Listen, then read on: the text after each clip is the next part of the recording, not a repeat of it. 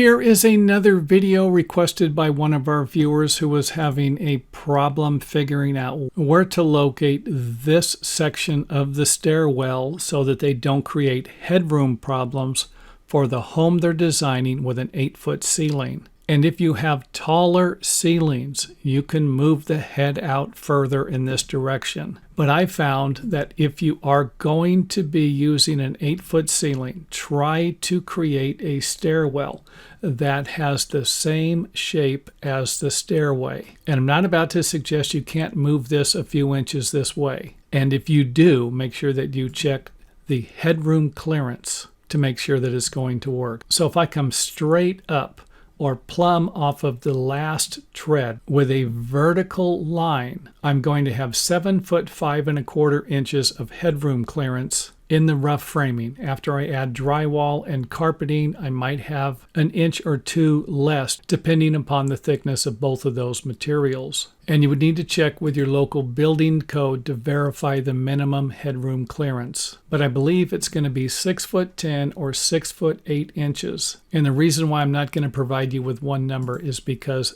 different areas, different cities, states, counties, and countries have different building codes. So if you're getting below 6 foot 10 inches, I would definitely check with your local building department.